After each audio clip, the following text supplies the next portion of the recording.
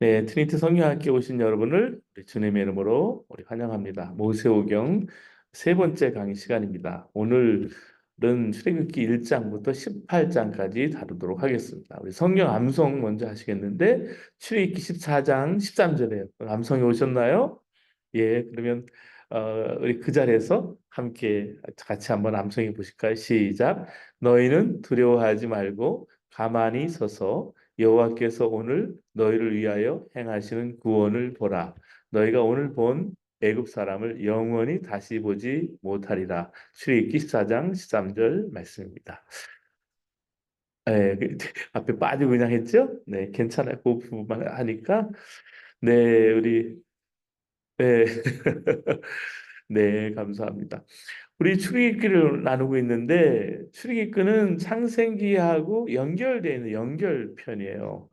지난 시간에 모세오경 첫 책인 창세기를 공부했죠. 오늘 두 번째 책인 출애굽기를 공부합니다. 출애굽기는 독립된 책이 아니라 창세기하고 연결된 책이에요. 그 발륨 1, 2로 이렇게 볼 수가 있어요. 그래서인지 출애굽기의 첫 단어가 그리고로 되어 있어요. 히브리어로 그리고. 출애굽기 1장 1절 보시면 그리고 야곱과 함께 각각 자기 가족을 데리고 애굽에 이른 이스라엘 아들들의 이름은 이러하니. 여러분 사도행전도 마찬가지잖아요. 누가 문서로 이렇게 보잖아요. 누가복음에 이어서 먼저 쓴 편지에서 데오빌로 가요. 이렇게 나오는 이 사도행전도 누가복음하고 사도행전이 연결됐던 것처럼 창세기하고 출애굽기는 그리고로 이렇게 연결되어 있습니다. 특별히 창세기는 족장 이야기가 나오죠. 그중에 이제 요셉 이야기, 특히 요셉이 죽는 이야기로 끝이 나는데 출애굽기가 이거를 이어받아서 그렇게 애굽 땅에 살고 있었던 사람들에게 과연 어떤 일이 벌어졌는지, 그들이 왜 애굽을 탈출해야 했는지를 설명해 주겠습니다. 또 한 가지 우리가 알고 있어야 되는 것은 유대인들은 이 책을 출애굽기라고 부르지 않고 이름들로 불러왔다는 사실. 히브리어의 이름들. 그렇게 부르는 이유는요. 이 단어가 출애굽기 첫 줄의 중심 단어이기 때문입니다. 첫 줄의 중심 단어를 따가지고 모세오경의 이름이 이렇게 써졌어요. 이 원칙 하에 창세기는 베레시트, 태초에. 출애굽기는 이름들, 쉐모트. 레위기는 부르셨다, 바이크라. 민수기는 베미드바르, 광야에서. 신명기는 네바림, 두 언약들, 말씀들 이렇게 각각 부르게 됐습니다. 근데 기독교인들은 모세오경에 대해서 다른 이름을 사용했습니다. 기원전 300년경에 디아스포라 유대인들이 모국어를 잃어버리잖아요. 그래서 유대인 2세와 3세들에게 이걸 번역을 할 필요가 생긴 거예요. 헬라어로. 히브리어를 헬라어로. 그래서 이거를 70인역이라고 부릅니다. 셉투아진트 70인역을 만들었는데 바로 이 성경에서 사용한 책 이름을 기독교인들이 지금 그대로 사용하고 있는 거예요. 창세기, 제네시스, 태초에. 그리고 출애굽기, 엑스라는 말은 이렇게 어디 어디를 빠져나가다. 엑서더스는 이렇게 출발하다. 어디 향해 가다라는 뜻이 있어요. 탈출이라는 뜻이죠. 영어 성경에도 이제 엑소더스 이렇게 쓰여져 있습니다. 그리고 레위인들에 대한 그 레위기, 민수기는 numbers, 인구를 계수하고 있고요. 신명기는 둘째법이라는 이름을 사용합니다. 다시 말씀드리면 출애굽기라는 말이 애굽에서 떠난다라는 거예요. 나와서 떠난다는 얘기예요. 엑소더스라는 이 말은 히브리 제목에서 따온 것이 아니라 다시 말씀드리지만 70인 인역에서 따온 제목입니다. 히브리어 제목으로는 성경의 첫 단어를 이름들은 이러하니라 라는 히브리어로 기록되어 있어요. 이것을 기원전 3세기경에 헬라어로 번역을 하면서 제목을 붙인 것이 헬라어 제목인 엑소더스가 된 거예요. 그래서 애굽에서 집단으로 탈출하는 것, 애굽을 떠난다는 것입니다. 옛날의 전쟁은요, 한 지역을 이렇게 정복해서 승리하면 그 지역에 쭉 눌러 살았어요. 근데 이스라엘의 하나님이 애굽을 치시고 승리를 하셨는데 애굽에서 살지 않고 애굽을 떠나는 거예요. 떠나도 아주 급하게 보기 싫은 것을 피해서 떠나듯이 떠났어요. 급하게. 떠나기 전날 밤에 신발을 신고 허리띠를 띠고 지팡이를 잡고서 양고기를 구워 먹는 거예요. 왜냐하면 당장 떠나듯이 식사를 하고 떠나는 것을 상징하는 거예요. 물론 이 떠남의 정점은요, 어린 양의 피예요. 피 흘림이 없이는 사함이 없다는 것을 출애굽 유월절만큼 잘 보여주는 것이 없습니다. 어린 양의 피만 발려져 있으면 죽음의 천사가 오버하는 거예요, 이렇게. 그래서 패스 오버라 그러잖아요. 유월절. 아무리 경건하고 아무리 아브라함의 직계 혈통이라도 어린 양의 피 아래에 있지 않으면 죽음을 면하지 못하는 겁니다. 그렇기 때문에 구원의 능력은 오직 어린 양의 피로 되는 것임을 잘 보여주고 있는 사건입니다. 그리고 어린 양의 피를 바르고 살아남은 사람은 뭘 해야 될까요? 떠나야 되죠. 그것도 급하게 떠나는 거예요. 어디를 향해서? 가나안 땅을 향해서. 약속의 땅을 향해서. 애굽은요, 힘이 지배하던 나라였어요. 인간의 왕이 우두머리가 돼서 다스리는 거예요. 그래서 파라오라 그러죠. 바로. 근데 약속의 땅은 힘이 아니라 하나님의 은혜가 지배하는 것입니다. 민간이 왕이 아니라 하나님이 다스리시는. 그래서 이곳을 떠나는 것이 출애굽기의 내용이에요. 근데 이들이 하나님으로 들어가기를 원치 않는 모습을 보게 되죠. 여러분 우리가 히브리 백성이 애굽을 탈출하는 이야기를 출애굽기의 중심으로 생각할 수 있어요. 근데 출애굽기의 중심은 출애굽이 아니라 신의 산 언약의 중점이 있습니다. 출애굽을 읽어보면 출애굽에 관한 이야기, 애굽에서 떠나는 이야기는 15장이 끝이 나거든요. 15장에서 홍해 사건 직후에 모세와 미리암이 하나님을 찬양합니다. 그 후에 16장부터 18장까지 히브리 백성이 시내산에서 광야를 걷는 이야기가 또 나오고요. 19장부터 40장까지 시내산을 중심으로 하나님의 십계명 율법을 받는 이야기가 구체적으로 나와요. 그걸 도표로 책에 정리해 놨습니다. 하나님께서 이스라엘 백성을 애굽에서 구출해내신 목적이 있었어요. 뭘까요? 애굽에서 고통당하는 것을 불쌍히 여기시고 그들에게 편안케 하기 위해서 그렇게 하셨을까? 아니라는 거죠. 하나님께서 히브리 사람들을 애굽에서 구출해 주신 것은 자유케 하고 해방케 하는 게 목적이 아니라 신의 산에서 그들에게 율법을 주시고 그들을 하나님의 약속, 언약 공동체로 다시 태어나게 하기 위해서. 그래서 출애굽의 목표는 다시 말씀드리지만 홍해를 건너는 출애굽은 기적이지만 그 기적 사건이 있는 것이 아니라 신의 산 언약이 있습니다. 자, 이렇게 애굽에 430년 동안 있다가 가나안을 탈출하는 이야기가 출애굽기예요. 모세가 태어날 쯤에 유대인들을 향한 이집트의 분위기가 싹 바뀌었습니다. 왕조가 바뀌니까 새 파라오들이 생긴 거예요. 새로운 정권이 생겼는데 새로운 조건이 이 종족 자체도 다른 거예요. 종족이 셈족에서 히타이트 쪽으로 바뀌는 거예요. 그러니까 새 파라오가 생기니까 요셉을 전혀 모르잖아요. 분위기가 확 바뀐 거예요.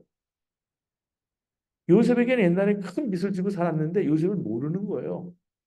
왕조가 바뀌니까 새 파라오들이 전쟁을 대비한 큰 국고성을 건축하기 시작했습니다. 전쟁 물자 관리가 제일 중요하잖아요. 요즘도요, 물자 관리, 재고 관리 제일 잘하는 데가 승리하는 거예요. 그래서 아마존이 그렇고요. 마찬가지로 여기 가까이 있는 애플도 그렇고 다 그래요. 그 지역이 고센 땅이었는데 유대인들이 굉장히 많이 살고 있는 땅이었습니다. 준비된 노동력도 거기 있었어요. 한편 당시 유대인들은 가산으로 인구가 폭발적으로 팽창하고 있었습니다. 요셉 당시에 이스라엘 민족, 이스라엘 수는 몇 명이었습니까? 남자 수가 70명이었어요. 근데 약 400년이 지난 후에 600만 정도가 된 거예요. 엄청난 거죠. 그러자 애굽 당국이 걱정이 생겼어요. 유대인들이 국경 지역에 집단으로 거주하고 있는데 고센 땅에 전쟁이 터지면 적군과 손을 잡고 큰일 벌일 수 있죠. 그래서 유대인들에게 인구 억제 정책을 시행하게 된 거예요. 첫 번째는 고센 지역의 사람들에게 강제 노역을 시켰습니다. 국고성 비돔과 람세스 2세가 이때 등장을 합니다. 파라오죠. 이게 효력이 없으니까 산의 아이들 죽이라는 명령을 내립니다.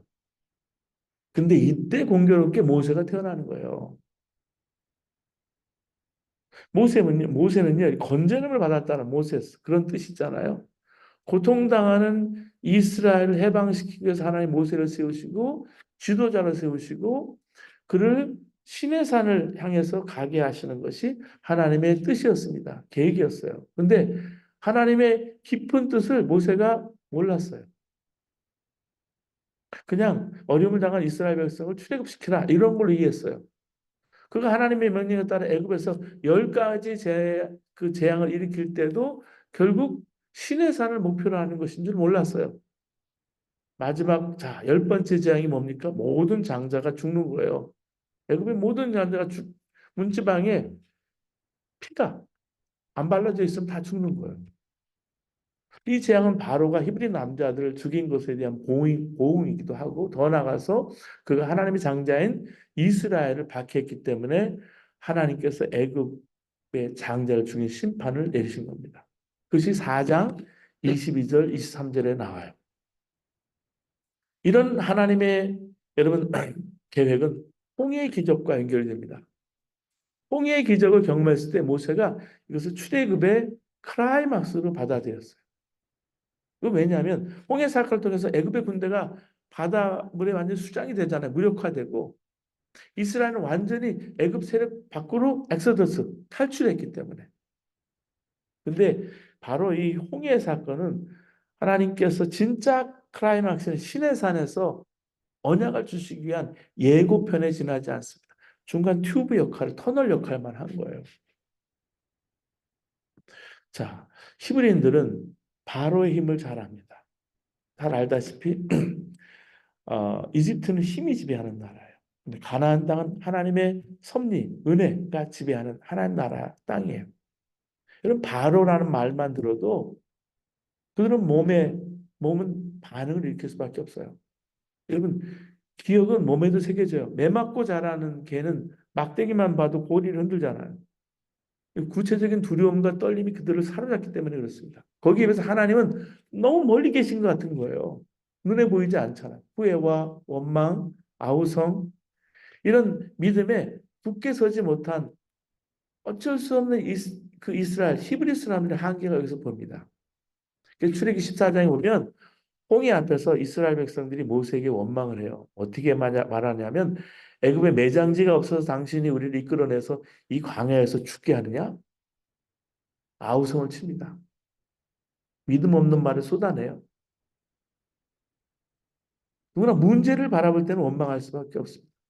그때 모세가 말하거든요. 너희는 두려워하지 말고 가만히 서서 여호와께서 오늘 너희를 위하여 행하시는 구원을 보라. 여호와께서 너희를 위하여 싸우시리니 너희는 가만히 있을지어다. 같은 시간, 같은 장소, 같은 문제를 만났어요. 근데 하나님을 바라보는 사람은 말이 이렇게 달라요. 이렇게 바로와 백성들 사이에 모세가 있었어요. 이 모세를 한번 주목해 볼 필요가 있습니다.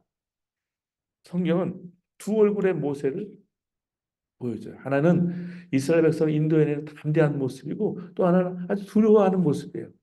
근데 모세는 백성들을 안돈시키면서 염려하지 말라고 한 거예요. 그것이 출애굽기 14장 13절 14절 말씀이에요. 자, 모세는 출애굽 사건의 주체가 누구이냐?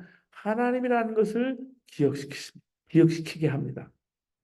이걸 계획한 분도 하나님이고 이끌어 가실 분도 하나님이니까 안심하라는 거예요. 여호와께서 너희를 위해 싸우시니 너희는 가만히 있을지어다라는 말씀. 어떻게 보면 참 대책 없는 믿음처럼 보이잖아요.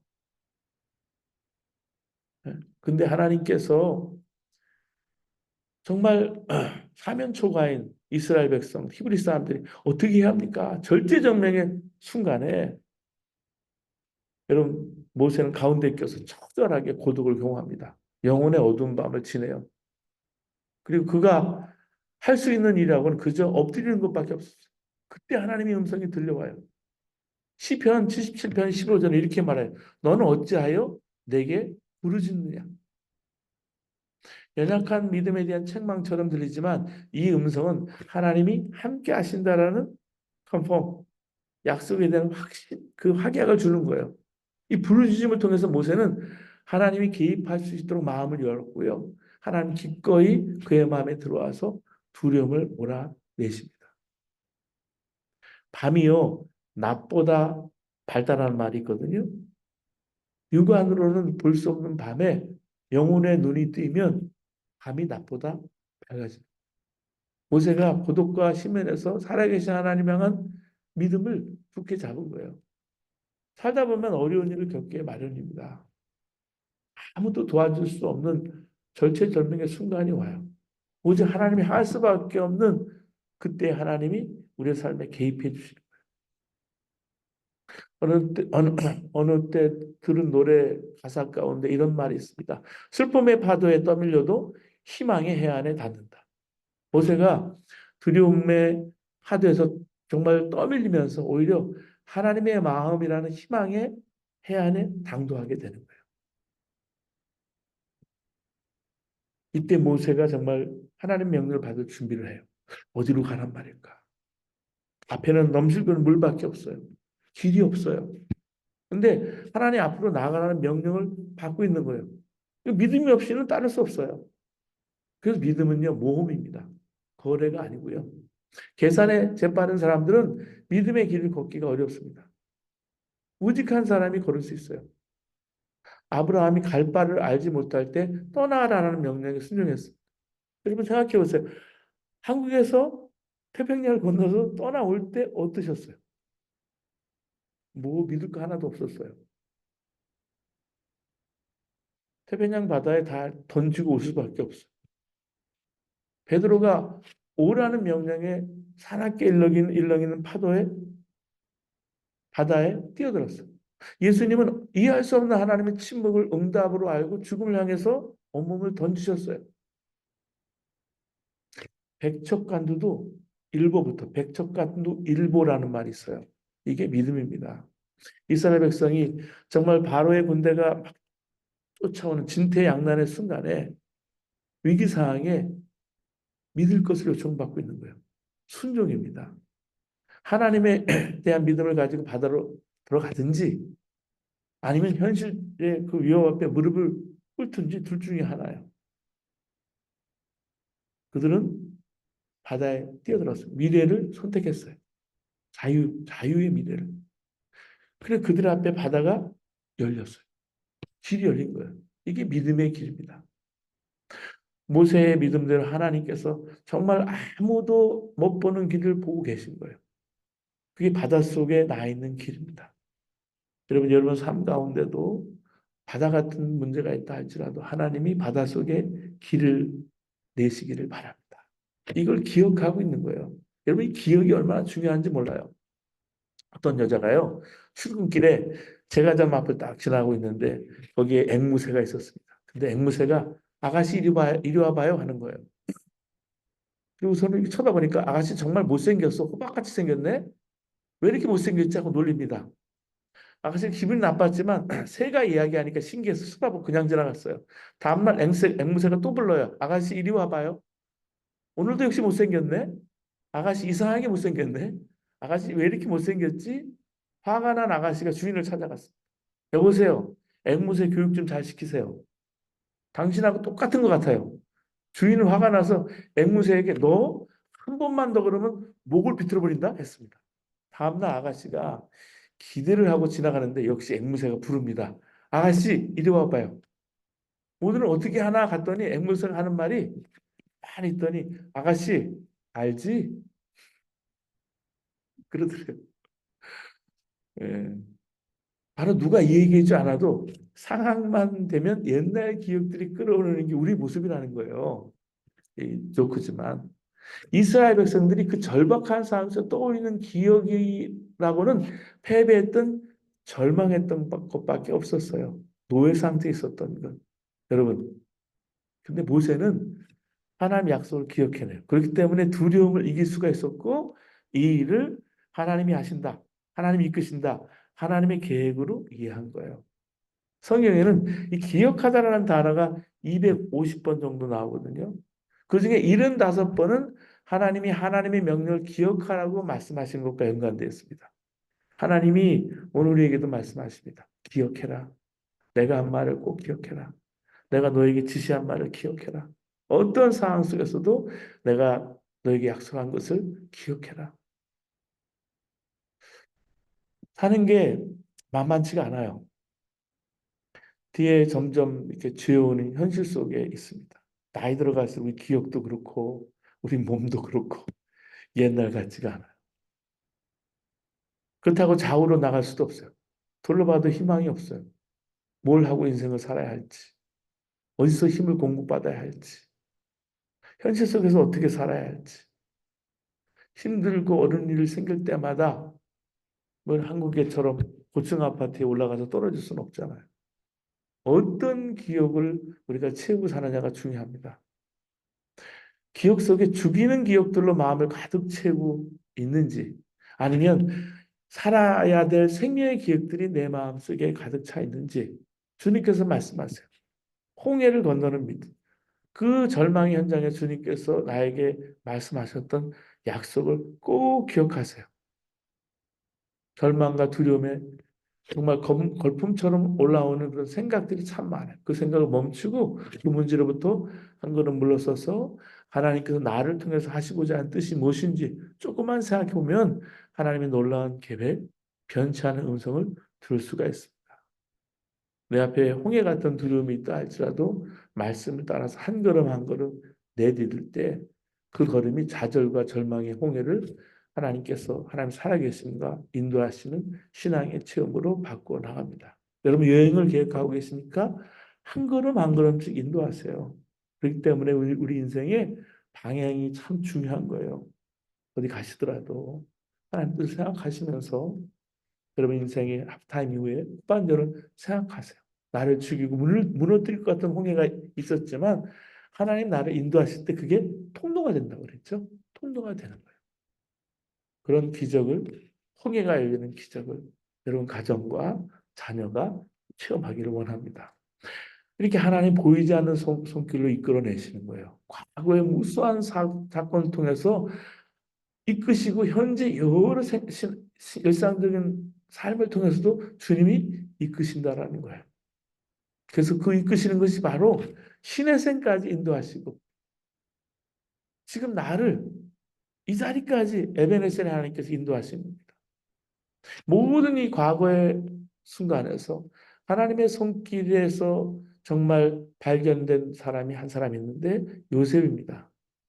요셉이 오랜 고통의 시간이 흐른 다음에 형들 앞에 이런 고백을 하잖아요. 창세기 45장 5절에 당신들이 나를 이곳에 팔았다고 해서 근심하지 마소서, 한탄하지 마소서. 하나님이 생명을 구원하시려고 나를 당신들보다 먼저 보내셨나이다.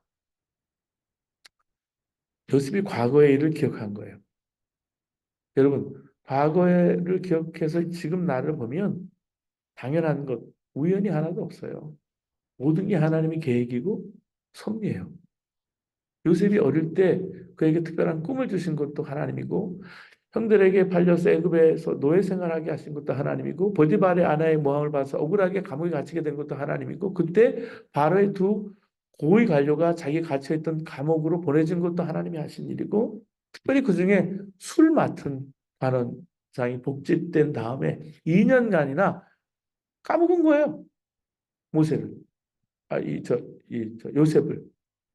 이것도 하나님이 하신 일이고 2년 후에 바로에게 신비한 꿈을 주시고 바로가 그것 때문에 고민하게 하신 것도 하나님의 일입니다. 총리 대신이 된 다음에 7년의 풍년과 7년의 기근이 있게 하신 것도 하나님이고 가나안에 살던 요셉의 형들이 배고프니까 기근이 났으니까 곡식을 얻기 위해서 이제 요셉의 발 앞에 엎드리게 한 것도 하나님이고 나중에 결국 요셉 덕분에 그 가족들이 애굽에 넘어와서 살게 된 것도 다 하나님의 계획이라는 거죠. 하나님 뜻에서 보면 하나님 체험하고 나면 무의미한 게 하나도 없습니다. 무의미한 행운은 없어요. 모든 것이 하나님의 비밀스러운 하나님의 목적을 지향하고 있습니다. 이렇게 하나님의 자녀 삼으시고 하나님의 백성 삼으신 언약 백성으로서의 정체성이 바로 하나님의 목적에 있는 거예요.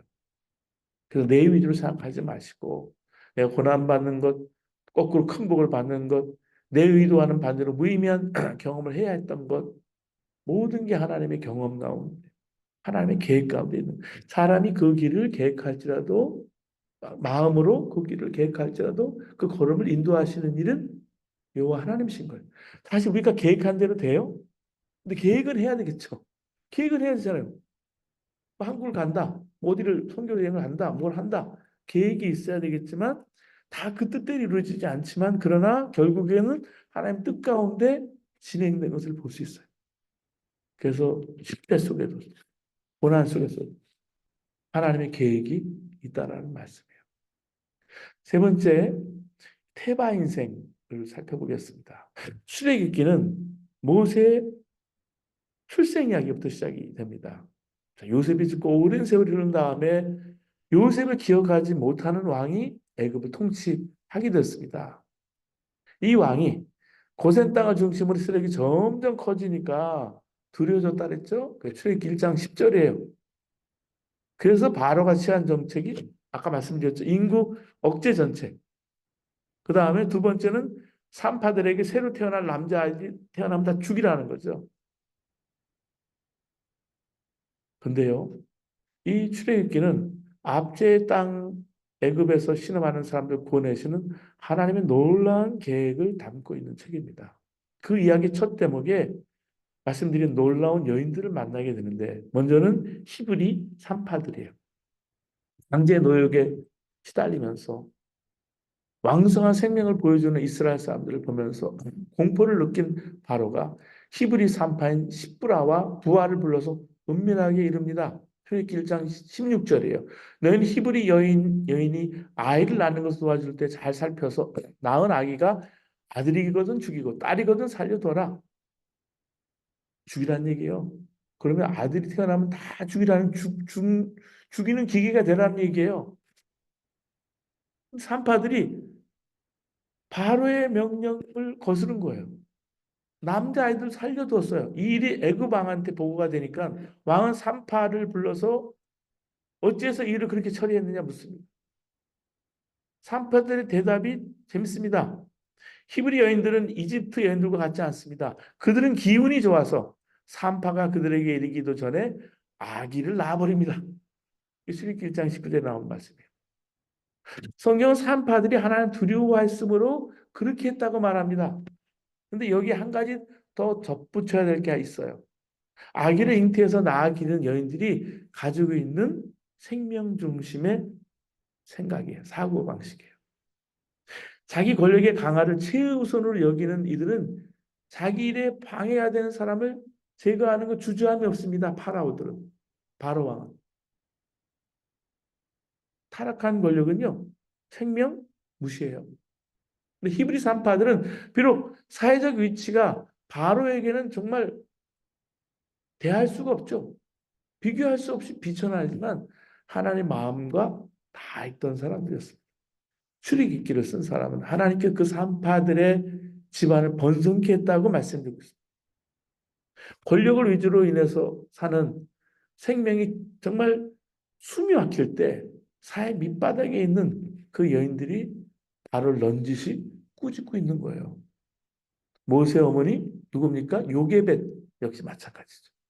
요게벳이 아이를 낳은 후에 석 달 동안 숨어서 길렀습니다. 더 이상 숨길 수가 없어요. 그래서 아이를 어떻게 됩니까? 갈대 상자. 갈대 상자 여기 여러분 책에 나오는 갈대 상자 있으면 거기 네모나 동그라미를 주세요. 갈대 상자에 담아서 역청과 송진으로 물이 새지 못하게 한 다음에 나일강에 띄우죠. 막연히 가져다가 버린 게 아니에요. 매월 초가 되면 애굽의 귀족들은 다산과 아기 잘 낳는 거 있죠. 풍요를 기원하기 위해서 나일강에서 목욕을 하는 습관이 있었습니다. 요게벳은 바로 그거를 안 거예요. 참 지혜로운 거죠. 갈대 상자라고 번역한 단어가 있는데 테바입니다. 테바. 놀랍게도 노아의 방주를 뜻하는 단어도 테바예요. 성경에 딱 두 번 썼어요. 노아의 방주의 테바, 갈대 상자, 이 모세를 정말 나일강에 띄운 그 갈대 상자 테바 두 개. 그러니까 요게벳이 자기가 할 수 있는 최선을 다한 다음에 나머지는 하나님 뜻에 맡긴 거예요. 생명의 주인이신 주님께 하나님께 맡긴 거예요. 여러분 갈대상자라는 노래 있잖아요. 노래말도 맡긴다 하잖아요. 그게 테바예요. 출애굽기는 그 갈대상자가 나일강물 위로 떠내려갈 때 모세의 누이는 미리암은 멀찍이서 지켜보고 있었다 그랬어요. 이때 서서라는 단어를 쓰고 있는데 우두커니 그냥 서 있었다는 말이 아니라 확실한 자기 입장을 가지고 확고히 서 있다라고 생각하는 거예요. 확고히 정말 꼿꼿이 서 있다라는. 미리암은 어쩌면 앞으로 벌어질 일을 머릿속에 그리고 있었을까 모르겠어요. 근데 마침내 바로의 딸인 공주가 갈대 상자에 울고 있는 아이를 봐요. 히브리 사람이 아닌 거 알았지만 공주는 그 아이가 불쌍한 마음이 드는 거예요. 연민하는 마음이 드는 거예요. 미리암은 바로 그 순간에 공주 앞에 몸을 드러내고 아이를 위해서 내가 유모가 돼주겠다 얘기합니다. 결국 모세가 친어머니인 요게벳의 젖을 먹고 자라게 된 거예요. 자, 이 출애굽에 나오는 여인들을 보세요. 생명이 죽음보다 강하다는 것을 보여주고 있습니다. 여기서 주목할 단어가 바로 갈대상자, 히브리 단어. 딱 두 군데만 나온다 그랬잖아요. 이 테바라는 단어.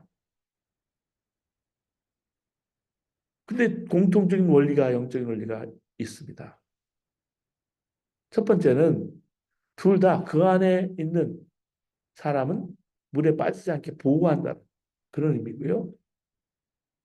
방주도 마찬가지잖아요. 노아를 물의 위험에서 보호해줬고 갈대상자도 모세를 물에서 건져내 준 거예요. 보호해 준 거예요. 교회는 마지막 때의 방주라 그러잖아요. 마지막 때 갈대상자인 거예요. 이 죄의 물결에서 세상에서 우리를 구원해 주는 것이죠. 또 하나는 노아의 방주와 모세의 갈대상자가 함께하고 있는 영적 원리는 구원받은 성도는 하나님께 온전히 맡기는 삶을 살아야 한다는 얘기예요. 모세의 갈대상자는 자신의 운명을 스스로 결정하지 않습니다. 흐르는 물에 자기를 맡기고 자기를 발견한 사람에게 생명을 맡겼어요. 자기에게는 결정권이 없어요. 노아의 방주도 마찬가지예요. 노아는 하나님께서 지시하시는 그 산 위에다가 방주를 지었어요. 그 안에 누가 들어가야 할지는 하나님이 결정하시고 방주의 방향을 저는 방향터 하나 노도 닷도 없었어요. 하나님 이끄시는 대로 물이 흐르는 대로 방주는 움직여야 된 거예요. 이게 테바예요. 여러분 이런 테바 인생을 산다면 불안하지 않을까? 여러분 내가 결정하는 건 하나도 없이 모든 걸 하나님께 맡기는 거예요. 하나님은 나에게 앞으로 무슨 일이 일어날지 스케줄을 쫙 청사진을 보여주시지도 않고요. 그저 나만 따라오라고 말씀하세요. 나를 따라오너라. 내가 너로 하여금 사람을 낳는 어부가 되게 하리라. 근데 결정된 건 하나도 없어요. 내가 따라갈 수 있을까? 여러분 하나님께 모든 것을 맡겨진 인생이 테바 인생이에요. 이 테바 인생을 하나님 지켜주시고 물에서 건짐을 받는 거예요. 그리고 안전하게 지켜주시는. 그 테바 인생을 산 중요한 인물이 있는데 신약의 바울입니다. 사울이었던 바울. 사도행전 9장에 보면 다메스커스로 가는 도중에 살아계신 하나님을, 빛 대신 하나님을 정오에 만납니다. 그때 눈 먼 장면이 나와요. 바울은 그때까지 자신만만했습니다. 정말 열심도 이런 열심이 없었어요. 저 멀리 다메스까지 도망간 기독교인을 색출하기 위해서 유대 당국자들에게 허가도 받았고 열심히 박해하러 다닌 거예요. 그러다가 다메섹으로 가는 도중에 부활하신 예수님을 만나서 눈이 멀고 맙니다. 그러니까 정말 맹인이 갑자기 돼버린 거예요. 누군가의 인도함을 받을 수밖에 없는 거예요. 이렇게 눈은 멀었지만 영적으로는 새로운 안목이 생긴 겁니다. 근데 이제부터는 자기 생각대로 살 수가 없는 주님 이끄시는 대로 순장하며 사는 테바 인생으로 바뀌게 된 거예요. 또 사도행전 16장은 이 테바 인생을 살아간 사도 바울의 모습을 또 보여주고 있습니다. 바울은 사실 아시아 쪽으로 가기로 한 거예요. 러시아와 중국 쪽으로 전도를 하려고 했습니다. 단순히 인간적인 생각이 아니라 기도하는 중에 자기가 떠오르는 생각, 거룩한 생각을 따라서 아시아 쪽으로 이제 가려고 하는 방향을 딱 잡고 이제 노력을 한 거예요. 근데 자꾸 성령님이 길을 막으시는 거예요. 그러면 어떨 때 길을 막으실 때가 있어요. 기다리게 하실 때도 있고. 왜 이렇게 아시아 쪽으로 가는 길이 막힐까? 근데 바울이 그때 환상을 보죠. 마게도냐 사임에 나타나서 마게도 건너편에서 건너오라는 거죠. 와서 도와달라는 거예요. 복음을 전해달라는 거예요. 바울이 이것을 하나님께서 주신 생각으로 믿고 그쪽으로 넘어갑니다. 그래서 복음이 아시아가 아닌 유럽으로 전해져서 복음이 철저하게 이렇게 테바 인생을 소진을 하죠. 겸손하게 하나님의 인도하심을 받아서 하나님의 계획에 순종했던 바로 이 사울이 바울 된 거예요. 하나님의 사역에 동참하는 사람은 그래서 자기 생각을 고집하지 않습니다. 주도권을 내려놓고 맡기고 온전히 하나님의 성령의 물결에 맡겨서 그 파도를 타는 거예요. 머물라 하면 머물시고 움직이라 하면 움직이는 거예요. 마치 구름기둥과 불기둥이 움직이는 대로 하나님 법궤가 움직이면 움직이는 대로. 근데 이게 사실은 불안할 것 같지만 테바 인생이 가장 안전하고 복된 인생입니다. 왜냐하면 하나님 책임지시니까. 하나님이 안전한 대로 이끄시니까. 이렇게 하나님께 모든 걸 맡긴 사람은 두려움이 없습니다. 두려움이 없어지면 오늘을 가장 값지게 살 수 있어요. 그리고 가장 귀하게 여길 수가 있습니다. 많은 사람들이 쓸데없이 걱정과 근심하느라고 정말 세월을 허비합니다. 자녀 걱정도 마찬가지예요. 자녀 걱정을 너무 하면 건강하지 못한 인간관계가 생기고요. 에너지가 고갈되는 거예요. 하나님의 일에 사용될 수 없다는 말씀. 어떤 사람은 미래에 대한 걱정 때문에 충분한 돈을 모으기 위해서 과도하게 일하고 주변 사람들이 큰 스트레스를 주는 거예요. 지난번에 어떤 분이 여기 실리콘밸리에서 일하는 분, 서로 이제 실리콘밸리에 일하는 IT에 있는 분들하고 같이 식사를 이렇게 하는데 신장마비로 먼저 가신 거예요. 근데 그 컴퓨터를 열어보니까 남이 하는 일보다 그 회사에서 원하는 일보다 5배를 더 해먹어요.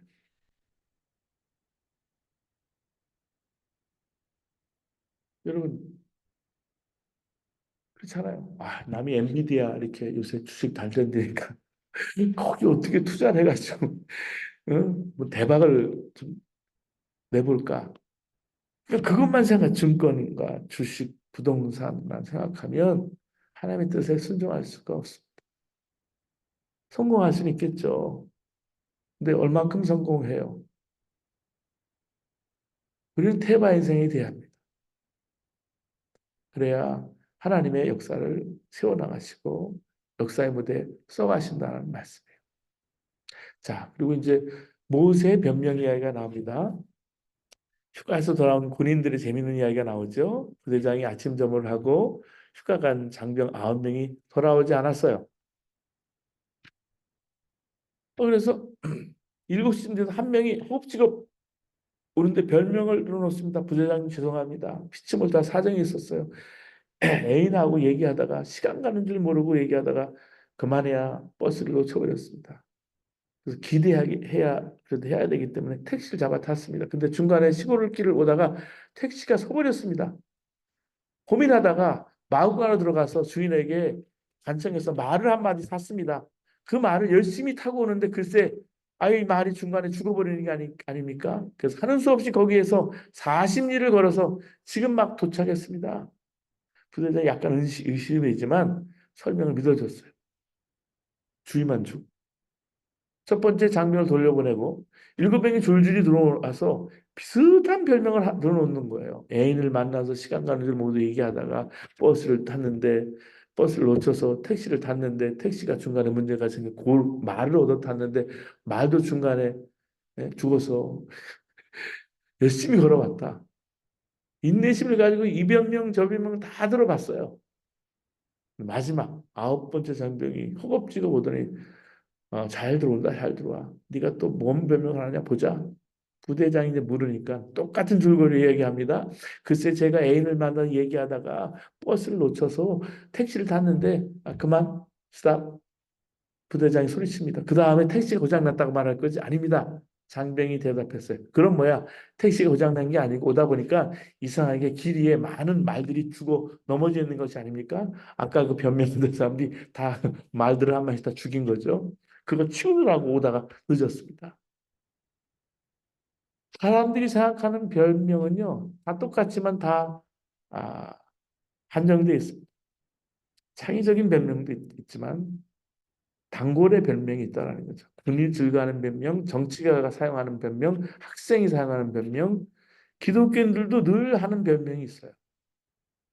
하나님께서 성경 말씀 통해서 우리에게 어떻게 하라고 말씀하실 때 우리가 몇 가지 상식적인 변명을 내려놓을 때가 있습니다. 저는 할 수 없는 사람, 제가 특별한 재능도 없고요. 저는 할 줄 아는 게 저는 아무것도 없습니다. 아니면 지금 바빠서 여유가 없어요. 나중에 여유가 생기면 하겠습니다. 선교나 뭐 일 시켜도 그렇거든요. 출애굽기 3장 4장에 보면 모세도 그 똑같은 변명을 하고 있어요. 모세를 설득하기 위해서 여러 가지 얘기를 하는데 6번이나 그랬죠. 그러니까 얼마나 그 과정이 길어요. 하나님이 모세하고 밀당을 하는데 말 좀 듣지 모세가. 단번에 안 듣고 6번이나. 백성을 애굽에서 구원해내기 위해서 모세에게 나타났어. 모세가 변명을 드러나요. 내가 누구간데 바로에 가서 이스라엘 자손을 애굽에서 인도해 내리까? 쉬운 말로 하면 저를 보세요. 나는 아무것도 못하고요. 알아주는 사람도 없습니다. 황무지에서 양떼를 치는 목동에 불과합니다. 애굽의 궁궐과 세상 정치를 떠나서 이곳에 지낸 지 40년이 지났습니다. 자, 모세가 애굽의 궁궐에서 40년을 보냈어요. 그렇죠?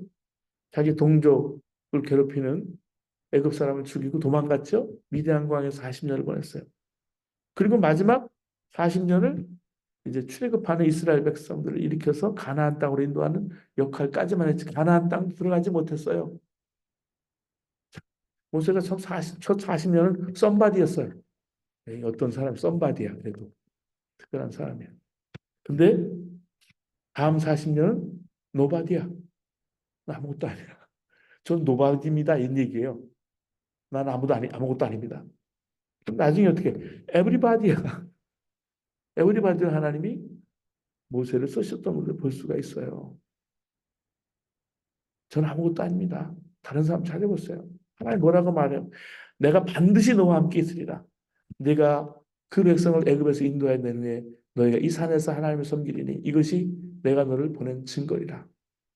현재 아무것도 알아주지 않는 사람, 정말 노바디 그 말이 맞다라는 거죠. 40년 동안 양떼 지키라고 일만 하고 자기는 정적인 수완도 없어지고 맞는 말이죠. 근데 그런 이유들 때문에 하나님 부름을 거부하는 것은 자기 주제를 모른다라는 거죠. 이건 겸손이 아닙니다. 왜냐하면 모세는 사람의 힘으로 하나님의 일을 감당할 수 있다고 생각하기 때문에 하나님의 일은 하나님이 하십니다. 하나님이 주시는 힘으로 감당하는 거예요. 내가 아니고 내 안에 계신 주님이신 거죠. 성령 하나님이 그 일을 감당하게 하시는 거예요. 사람의 노력이나 지혜, 힘이 아닙니다. 이런 이유로 하나님은 자신 없어 하는 모세에게 그와 함께 해주시겠다고 약속을 하고 계십니다. 첫 번째 변명을 하니까 통하지 않으니까 두 번째 변명을 시도합니다. 3장 13절에 출애굽기 내가 이스라엘 자손에 가서 이르기를 너의 조상의 하나님이 나를 너에게 보내셨다 하면 그들이 내게 묻기를 그의 이름이 무엇이냐 하리니 내가 무엇이라고 그들에게 말하리까. 첫 번째 변명은요. 자기는 정말 바로 왕을 대적할 만한 능력 있는 사람이 아니라는 데 초점이 주어져 있으면 두 번째는 자기한테는 어떤 어서리티도 없다는 특별한 권위도 없다라는 거예요. 자기가 이스라엘 대제사장이거나 어느 부족의 족장이거나 반란군을 모아서 애굽을 정말 혼내준 일이 있었다면 독립군처럼 자기를 리더로 받아들일 수 있겠지만 현재 자기는 아무런 권위도 없는데 그들한테 가서 내가 무슨 말 합니까? 무슨 소용이 있겠습니까? 그때 모세에게 하신 대답이 이 대답, 유명한 대답이죠. 출애굽기 3장 14절에 나는 스스로 있는 자니라. 넌 이스라엘 자손에 이같이 이르기를 스스로 있는 자가 나를 너에게 보내셨다. 이 히브리 원문에는요. 사실 스스로 있는 자라고 번역하면 안 되는 거예요. 새 번역은 나는 나다라고 번역을 하고 있어요. I am who I am. 나는 그냥 난 거예요. 하나님 나타나신 말은 나는 나다라. 모세가 자신의 권위를 가지고 가면 문제가 되지만 요 하나님은 나는 나다. 창조자 하나님. 그 전에도 없고 후에도 없었던 그 하나님은 스스로 계신 하나님은 나는 나다. 그래서 모세가 정말 하나님의 권위로 이 일을 하라고 부르심을 받아. 이렇게 되면 모세가 변명을 못할 것 같은 또 다른 변명을 생각해냈는데 사장에 보면 두 가지 변명거리가 나옵니다. 그러나 그들이 나를 믿지 아니하며 내 말을 듣지 아니하고 이르기를 여호와께서 내게 나타나지 아니하셨다 아니다. 사장 1절에 무슨 말이냐면 그가 그들에게 가서 여호와가 나를 보내셨으니까 내 말을 들으라 그러면 그들이 분명히 이렇게 말할 거예요. 하나님이 너를 보냈다는 걸 어떻게 우리가 믿냐? 너 거짓말한다. 우리 제사장들에게도 하나님이 따로 말씀하지 않았는데 너한테 말씀하실 수가 없다. 이렇게 말하면서 그걸 믿지 않았다. 이에 대한 대답은 하나님 두 가지 기적으로 보여주셨습니다. 첫째는 모세가 지팡이를 던져서 뱀이 되게 하고 그 꼬리를 잡아서 다시 지팡이를 만드는 기적을 베푸시는 거예요. 둘째는 모세의 손을 문둥병이 들어서 하얗게 만들어서 다시 정상으로 돌아오게 하는 기적입니다. 하나님이 하나님의 손에 들림 받은 사람을 이렇게 쓰시는 거예요. 내 손에 든 게 뭐냐는 거예요. 지팡이 막대기 하나밖에 없는데 하나님 그걸 들고 쓰시는 거예요. 내가 가진 게 이거밖에 없는데 그걸 들고 쓰시는 거예요. 근데 여러분들을 보면 하나님이 뭔가 하나씩을 들고 있게 해주셨어요. 어떤 사람은 뭐 바이올린이나 이런 것들 들은 분도 계시고 어떤 분은 가장 작은 거지만 그분에게 주신 은사가 있는데 그걸 주신 그래서 하나님이 이걸로 자기 자신을 증명하신 하나님 손에 쓰임 받는 사람은 그렇다. 근데 이때 순종할 법한데 다른 변명거리 생각납니다. 이번엔 자신의 언어 능력 문제를 삼는 거예요. 오 주여 나는 본래 말을 잘하지 못하는 자 아니라 주께서 주의 종에게 명령하신 후에도 역시 그러하니 나는 입이 뻣뻣하고 혀가 둔한 자니이다. 정치가가 말 못하면 안 되잖아요. 모세가 이런 이유로 하나님께서 정말 나는 입이 뻣뻣하고 입술이 둔합니다. 다른 사람 찾아보세요. 하나님 뭐라고 말합니까? 4장 11절 12절에 출애굽기 누가 사람의 입을 지었느냐 누가 말 못하는 자나 못 듣는 자나 눈 밝은 자나 맹인이 되게 하였느냐 나 여호와가 아니냐 이제 가라 내가 내 입과 함께 있어서 할 말을 가르치라 내가 내 입과 함께 해서 할 말을 가르치라 했어 하나님 그렇게 해서 입술을 주관해 쓰신다는 거예요 말 못한다고 변명하지 말아라 하는 거예요 이렇게 모세가 변명을 하는데 일정한 패턴이 있고요. 하나님이 대답하시는 것도 일정한 패턴이 있습니다. 모세는 계속해서 인간적인 자기 약점을 끌어내서 이건 이래서 못합니다. 저래서 안 됩니다. 변명합니다. 하나님은 그런 것들 가지고 하나님이라는 게 아니고 하나님이 주신 힘을 가지고 하는 거니까 너는 착각하지 말고 겸손하게 순종하라는 거예요.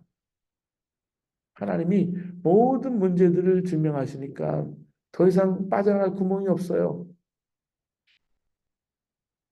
그래도 끝까지 안 가겠다고 버티면서 뭐라고 말합니까? 모세가 마지막에 주여 보낼 만한 자를 보내주소서.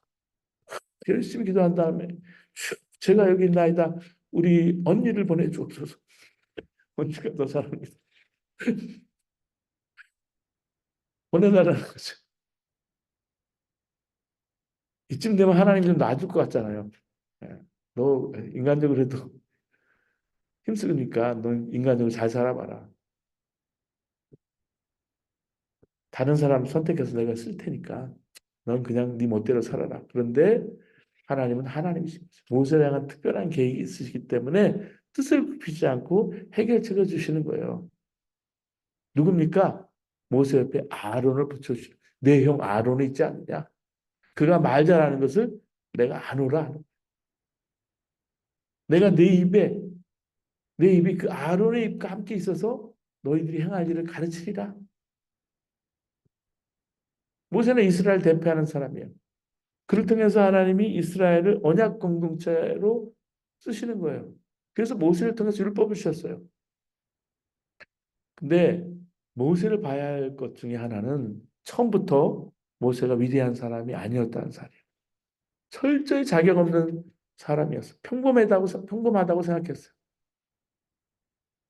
근데 하나님이 그렇게 부르시는 사람은 그렇습니다.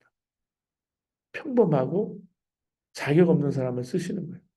아브라함도 믿는 집안 출신이 아니라 아브라함의 아버지 데라가 여러분 갈대아 우르 하란 정말 우상 이렇게 만들어서 우상 섬기는 집안 출신이에요. 가문도 썩 좋지 않은 근데 믿음의 조상으로 쓰셨어. 아브라함. 아모스 같이 그리고 뽕나무 재배한 농부였고요. 신학교 공부한 적도 없는 사람이에요. 이사야 나는 입술이 부정한 자요. 입술이 부정한 백성 중에 거하는 자라고 자기 부족함을 고백하는 사람이었습니다. 열등감에 빠졌던 사람이에요. 예수님의 제자들 대부분 어부였어요. 하나같이 자격 없는 사람들이었어요. 근데 자격 미달인 사람을 부르시고 준비시키고 능력을 감당하게 하시는 거예요. 하나님이 이렇게 모세를 쓰신 거예요. 우리는 실패할 수도 있고 무너질 수도 있어요. 낙심할 수도 있어요. 근데 우리가 취할 모습은 아니에요. 주님이 우리를 향한 부르심, 사랑은 여전하십니다. 그래서 하나님께서 내 손에 든 게 뭐냐 물어보시는 그 주님이 물으시는 그 질문을 우리가 생각하고 짧게는 우리가 이민자의 삶을 살면서도 한번 길게 살아왔던 삶 한번 돌아보세요. 고달픔, 깨어진 꿈, 그 상징이었던 그 지팡이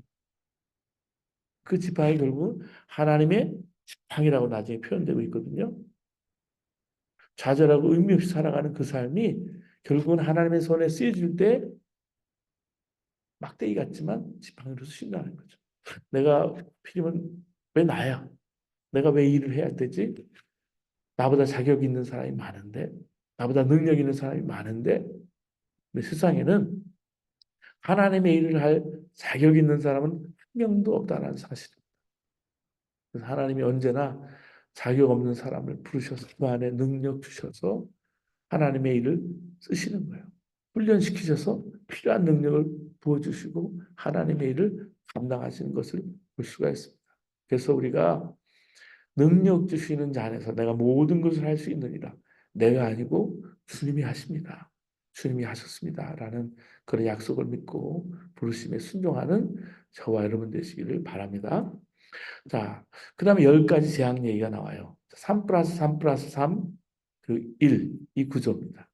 출애굽기 7장 12장 구절을 보면 하나님께서 이스라엘을 애굽에서 구원해내시기 위해서 10가지 재앙을 보내시는 이야기가 나옵니다. 이 10가지 재앙이 무작위가 아니고요. 3 플러스 3 플러스 3 플러스 1이라는 구조로 진행이 됩니다. 여러분 거기 책에 나오는 도표를 보시기 바랍니다. 표를 보시면 재앙에 내려지는 패턴이 이렇게 들어오죠. 재앙은 세 개의 사이클로 진행이 됩니다. 그중에 특징적인 것이 경고 없이 내리는 세 번째 재앙이에요. 세 번째 재앙이 경고 없이 내리는 이유는 아마 이른 아침에도 경고하고 낮에도 경고했어도 바로가 듣지 않았기 때문입니다. 성경에는 낮에 경고했다는 말은 나오지 않지만 모세가 바로를 만나서 경고했다면 낮에 했을 거라는 거죠. 또 한 가지 10가지 재앙에 대해서 알아볼 필요가 있는 사항입니다. 이 재앙들은 각 분야를 관장하는 애굽의 신들을 심판했다는 의미가 되겠어요. 애굽에는 나일강의 신, 대지의 신, 파리의 신, 개구리의 신, 수많은 신들이 있었어요. 하나님이 10가지 재앙을 통해서 애굽의 신들을 완전히 제압하신 거예요. 그 의미가 있어요. 마지막 10번째는 장자를 죽이는 재앙이잖아요. 이는 신의 아들인 바로를 제압하고 동시에 그가 대제사장의 신분으로 예비하는 애굽의 모든 신들을 종합적으로 제압했다는 의미가 10가지 재앙 속에 담겨져 있습니다. 자, 바로가 그냥 보내지 않아요. 히브리 사람들을. 처음에는 이 땅을 떠나지 말라라고 말합니다. 모세가 바로를 찾아가서 이제 부탁을 하잖아요. 피해 재앙을 하나님이 내리셨을 때 바로가 끔찍도 하지 않습니다. 두 번째 개구리 재앙이 내렸을 때 바로가 모세에게 이스라엘을 보내주겠다 말합니다. 근데 문제가 해결되니까 개구리 재앙의 문제가 해결되니까 나자 말하고 행동하고 확 바뀌는 거죠. 백성들 보내주지 않는 거예요. 그 다음에 이의 재앙이 내리고 그 다음에 팔의 재앙이 내렸을 때 바로가 다급하게 타협안을 제시합니다. 출애굽기 8장 25절에 바로가 모세와 아론을 불러 이르되 너희는 가서 이 땅에서 너희 하나님께 제사를 드리라. 광야에서가 아니에요. 가나안에서가 아니에요. 바로 애굽 땅에서 멀리까지 갈 필요가 없다. 여기서 예배드리라 하는 거예요. 바로의 제안을 곰곰이 생각해 보면 하나님 백성이라는 것은 신용만 하라는 거예요. 겉으로는 하나님 백성으로 하나님께 예배하지만 실제로는 애굽 땅에 속해 있는 애굽 땅에서 예배하라는 거니까 애굽 땅에 속해 있는 노예인 거예요. 애굽에 있는 다른 신과 똑같은 거죠. 야훼 하나님은 그렇게 본 거예요. 타협안을 제시했을 때 모세가 어떻게 대답합니까? 부당합니다. 우리가 우리 하나님 여호와께 제사를 드리는 것은 애굽 사람이 싫어하는 바인데 우리가 만일 애굽 사람의 목전에서 제사를 드리면 그들이 그것을 미워하여 우리를 돌로 치지 아니하리까. 출애굽기 8장 26절이에요. 모세는 하나님 백성은 애굽 사람들의 가치관과 완전히 다르다는 걸 말해요. 애굽 사람은 우상을 숭배하고 히브리 사람은 하나님을 예배하는데 이 둘이 한 곳에서 같이 존재할 수 없다는 거예요. 특히 히브리인들이 애굽에 속한 노예 신분을 버리지 않는 상태에서 하나님을 예배하는 것은 하나님 쪽에서도 받아들일 수도 없고요. 바른 쪽에서도 받아들일 수 없는 대안이죠. 우리가 사탄의 세력을 벗어나려고 할 때 가장 먼저 제시하는 것이 이 세계관, 가치관이에요. 신앙관이에요. 세상 가치관을 버리지 않고는 여러분 우리가 신앙생활 제대로 할 수 없어요. 근데 세상 가치관은 그대로 가지면서 신앙생활 하라는 거예요. 이게 사탄의 방법이에요.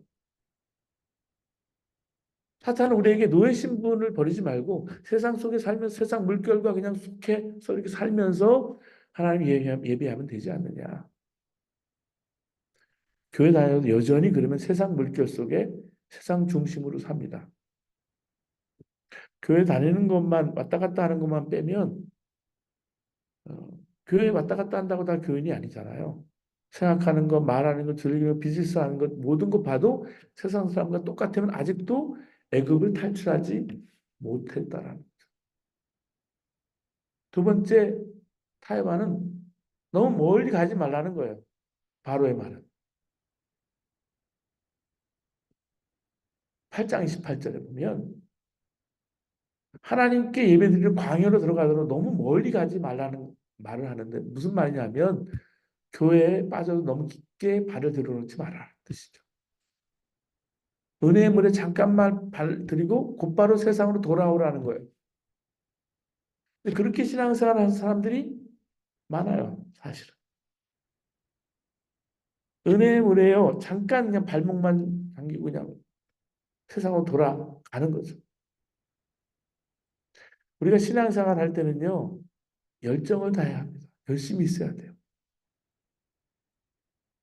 그냥 몸이 건조하게, 미지근하게 신앙생활 하는 것은요, 은혜의 물에 깊이 들어갈 수가 없어요. 에스겔 47장에도 에스겔 선지자가 성전에서 물이 이렇게 나오는 환상을 보잖아요. 성전 동쪽에 천척을 측량한 후에 그 물을 건너니까 물이 발목에 오르고, 그다음에 또 천척을 측량한 후에 물을 건너니까 물이 무릎에 오르고, 그다음에 천척을 측량한 후에 물이 허리까지 오르고, 그다음에 천척을 측량한 후에 헤엄을 쳐서 이제 건널 정도의 큰 강이 됐다는 이야기.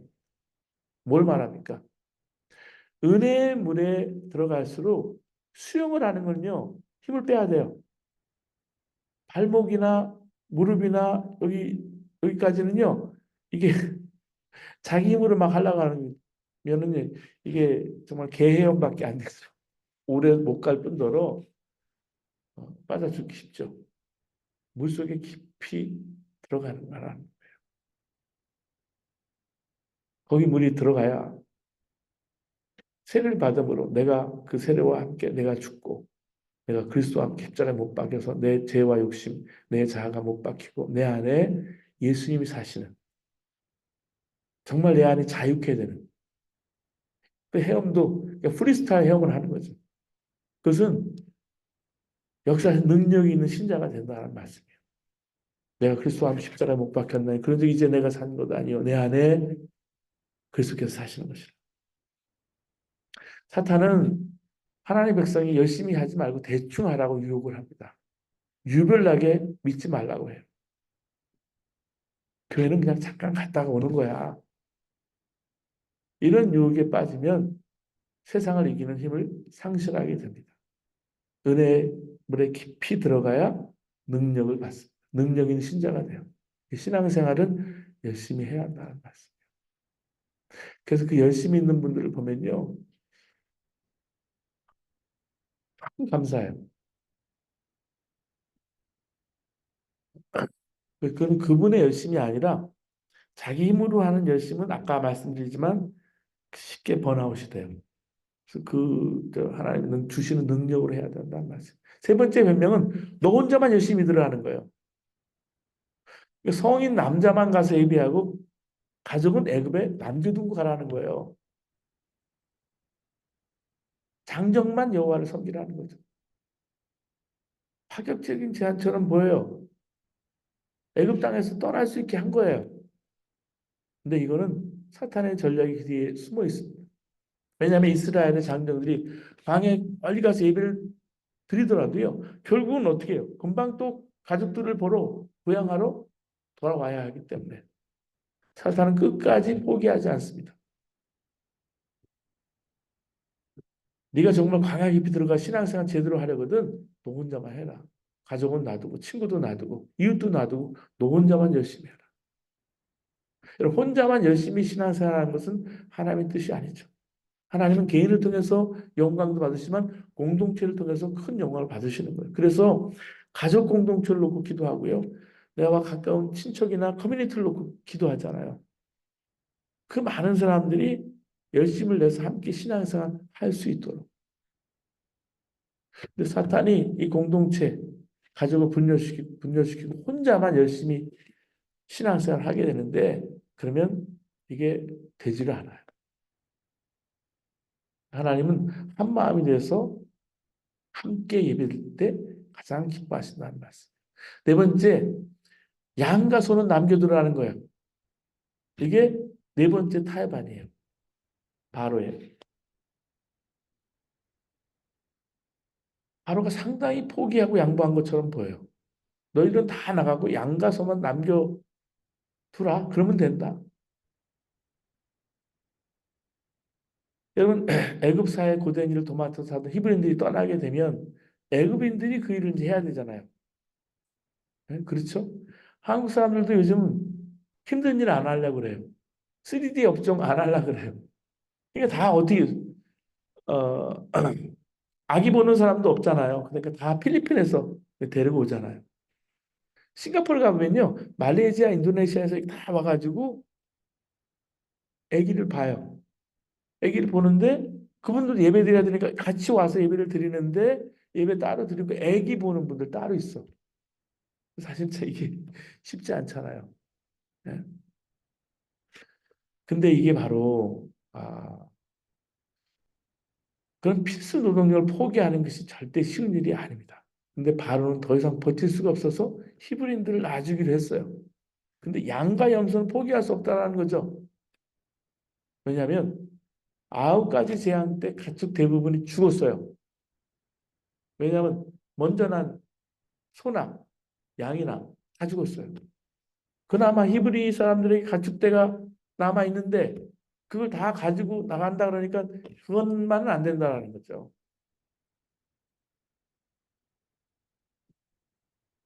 근데 여러분 양과 소가 없으면 어떻게 해요?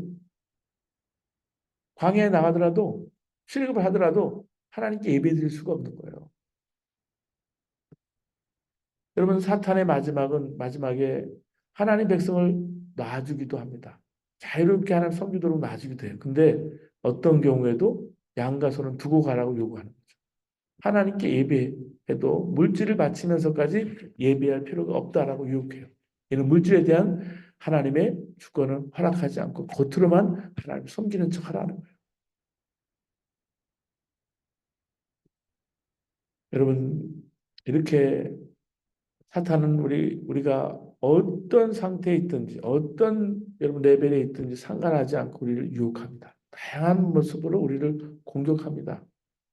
우리가 하나님 믿으려고 할 때는 애굽 세상을 떠나지 말고 신앙생활 할 수 있다 유혹합니다. 교회를 다녀도 세상 가치관 그냥 가지고 살아라 유혹합니다. 넌 유별나게 왜 예수 믿냐? 그렇게 하지 말아라. 정말 헌신할 때는 너 혼자만 하면 되지 않느냐? 괜히 가족들을 푸시해가지고 친구들과 열심히 낼 필요가 없다 말합니다. 우리가 이런 유혹도 거부하면 양과 소는 그냥 남겨놔라. 몸으로 헌신하면 되지 물질까지 들 필요가 있느냐? 이렇게 유혹도 하고 다양한 패턴으로 공격을 해옵니다. 우리가 출애굽하지 못하게 하고 출애굽했더라도 중간에 되돌아 오게 하든지 좌절하게 만들게 하기 위해서. 근데 모세가 바로의 이 세상의 타협 안에 단호히 거절하고 완전히 출애굽하고 가나안 땅에 도달하게 됩니다. 우리가 지금 어떤 상태, 어떤 레벨에 있든지 오늘 말씀을 기억하시고 사탄의 유혹에 타협에 넘어가지 않고 우리 모두가 가나안 땅에 온전히 도달할 수 있게 되기를 주님의 이름으로 바랍니다. 아시겠습니다. 은혜와 사랑이 많으신 하나님 아버지 감사합니다. 변명 많은 나를 아무것도 할 수 없다고 하는 나를 자격 없는 나를 부르시고 내 손에 든 것이 무엇이냐 하나님의 지팡이를 주시고 우리를 이끄시는 하나님께 우리 인생을 맡깁니다. 갈대 상자에 온전히 들여서 하나님 맡길 때 하나님 우리 인생을 노아의 방주처럼 물에서 보호하시고 지켜 인도해 주시기를 간절히 바라곤 합니다. 우리 인생을 뒤돌아볼 때 하나님 나를 이끄셨음을 분명히 믿습니다. 온전히 하나님이 이끄시는 삶 한 걸음 한 걸음 나아가시도록 하나님 인도하여 주시옵소서. 은혜와 사랑이 충만하신 아버지 하나님의 크시고 놀라운 은혜를 감사드립니다. 오늘도 주님 앞에 나와 하나님 말씀 앞에 서서 기도하는 저의 중심을 받아주시고 하나님 소원하며 간절히 간구합니다. 주여 우리 안에 하나님 놀라운 역사를 허락하여 주시옵소서. 오늘도 말씀으로 역사하신 주님 성령 우리 마음을 사로잡아 주옵소서. 아버지 하나님 주님을 더욱 사모합니다. 우리 인생의 답이 되어 주시는 주님 태바의 인생으로 하나님께 온전히 들어주시도록 성령 하나님 함께해 주시옵소서. 감사하고 예수님의 이름으로 기도드립니다. 아멘. 네, 수고하셨습니다. 감사합니다.